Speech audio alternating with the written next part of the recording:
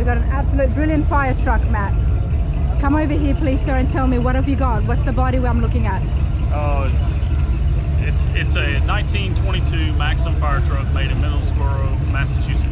Served from 1922 to 1965 at Turner Falls, Massachusetts Fire Department. Wow, so this was an actual fire truck in the 1920s. Yeah. It looks pretty original. I mean, look at that rust. It is.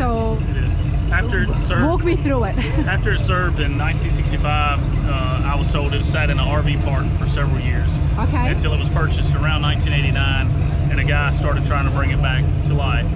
I pulled it out of a barn in Tupelo, Mississippi, and so a little bit of it stuff I've had to do, like put ladders on it, the siren, the spotlight.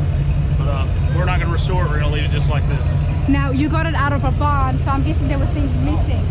How were you able to restore it back to what it would have looked like in 1920? Did you look through photos on the internet, or did you know what one looked like in that time? I didn't come to this side. When I got the fire truck, it came with a bunch of documents. I created the top one. So this one right here, I took and added some text to it to help explain. But this is one of the original sheets of what this truck originally came with, and if you'll read right here, equipment to be taken from horse-drawn combination and mounted on new trucks. So they took a lot of the equipment off of their horse-drawn fire truck and placed on this one. But so just by pictures, delivery pictures, and by some of the documents that I have, was able to put it back like it was. It originally had a windshield on it here. Okay. I have the windshield. I don't like the windshield because How far out does the windshield sit? The windshield would have come up right here with the first stanchion, right, and it would have went up to just about 6 inches above your head sitting down. And what was the windshield made out of? Steel. Steel and glass. Steel and glass. The spotlights, the siren, the ladders are all things I've collected over the years, knowing I would get a fire truck one day. And wow, you were okay. So even before you got the body, the cab, you knew you were going to get a fire truck one day. Why? What's the fascination there? I was a career fireman, firefighter, EMT for several years. Okay. But I've always liked them, so I wanted one. So. Okay, that's brilliant. And now, what's the engine here? So the engine was put in 1941 by the Maxim factory, and so in 1922 it was delivered with a 4-cylinder Wisconsin engine, and it was underpowered. And so when the city decided to keep the truck another 20 or so years, they sent it back to the company Maxim in Middlesboro, Massachusetts, and had it repowered along with a lot of other maintenance issues done to it. And if you look right here on this document, you can see that this truck, which is 526, was delivered in 9/9 of 22 with this motor, and that is a Wisconsin motor.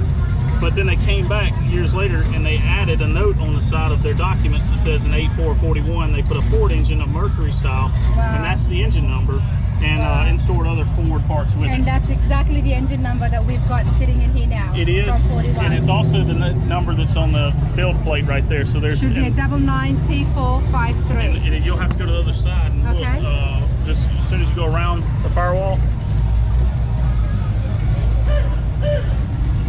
It'll be right here, this little brass plaque, and the number's on the bottom. 99T453, that's the same number. There you go. And it's the same number that's right here. Of course, it's dirty and you can't see it, but this right is there, the engine from 1947. It is 41. 41. I'm sorry. Sorry. When I got it, it would turn over, but there was a lot of sticky valves, a lot of. So how did you get this to be running now? So I restore Model Ts. I work on Model T engines. I actually pour the Babbitt bearings and do all the machine work. And that's the one you just interviewed. I built the engine in. Okay. So Matt, you did Vetch Model T.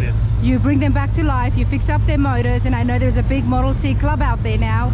How do they get in touch with you before we move on? Well, you go to Matt's Machine Shop on Facebook, and they can contact me there. Matt's Machine Shop on Facebook. Brilliant, love that. Okay, what's over here, sir? This is a pump. It's the Northern pump style. I'm not sure of what the GPM is on it, but it's pump number 351. It's a Northern pump number 351. So what would they have done? Back in the days, they would have connected a hose? They would have. This was a city truck. Yep. So it has a tank that was installed years later after they took the soda acid tank off that it originally came with. But this holds 90 gallons. So of water? Of water. Okay. Right. But this right here would have hooked to a hydrant. They would have probably hooked to a hydrant, flowed water from a hydrant, rather than worrying about 90 gallons here. This would have just gotten them started. for the initial attack. I have seen a another fire truck from the 1940s. I remember at a previous show.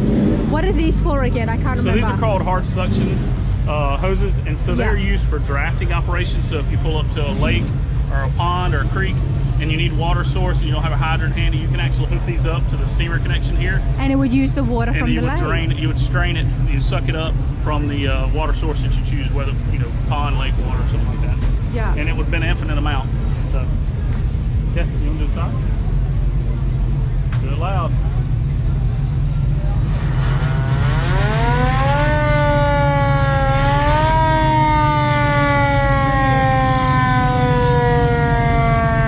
There you go, 1920s fire truck. That's the siren you would have heard if there was fire happening in the 1920s. That's brilliant. Love it. Thank you for that, sweetheart. That's great. So that's exactly the sound it would have been in 1920s if there was a fire. That's the fire alarm. And that's what they would have had to do as they're driving, is wind it. That's right. About the late 20s and into the 30s, they started having the electronic sirens. And there was one on this fire truck on the other fender. Yeah. But I don't know that I'm going to put one on it right now. I like the hand crank. Okay, what's happening in the back here? Now this is the water tank. What is this big cylinder? That's the fuel tank. That's the fuel tank. The fuel Look tank. where it's just sitting, and this is supposed to be a fire truck. Yeah. Just sitting out there exposed. Yeah, it's sitting up top, and And they go to fight fires. I mean, that is so dangerous, don't you think? It's not dangerous. It's secured, and but no, it sits up top. It sits up top. But you've also got an additional bell as well as the fire alarm. That's right. Yeah, you got a bell.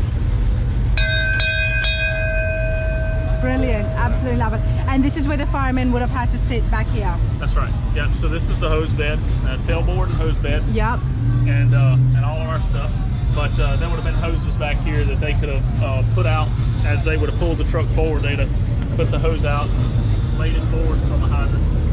So they had fire extinguishers. It's a lot of people call them upside down fire extinguishers or soda acid fire extinguishers. So to utilize them, there would be a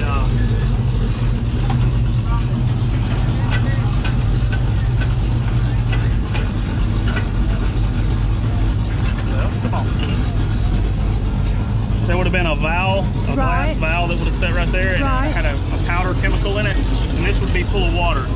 And so when you wanted to use it, you would turn it upside down, and the water would mix with the soda acid, the acid that's powdered, and it creates pressure on the tank. And so when it does, it starts to squirt the water out. And between the two, it's able to put out a fire. That is brilliant. I never knew that. So in 1920, that's how the fire extinguishers worked. They were upside down. They actually used these probably up until I would say the 60s. Some buildings still had them in the 70s. Really? Okay. And all that had to do was flip it over to mix the chemical with the water, and then that would have given us the fire extinguisher. Wow, that is brilliant. That is absolutely brilliant. What about the tires, Matt, here? The tires? Well, these are not the original tires. No, you've been driving this around, so I don't think it would have been. So we've had it 2 years, and we put a little over 300 miles on this truck. Wow. But these are tires. Coker had them made. They came from Lucas, California. Very expensive. Two tires, $2,103. Wow. Why are they so expensive? They don't make them, but every so often in runs, and so they're not something that they constantly are running on production. Well, hopefully they last long. I hope they do too. I hope so. At those prices, we definitely want them to last. But everybody, this is absolutely immaculate. I love it. I absolutely love that it is so original. It's been kept back to the way it was, and I've just learned so much about how they would have put out fires in 1920s. The only time that I had seen the other classic fire, the fire truck was in 1942, I believe it was. But this is taking it even back 20 years.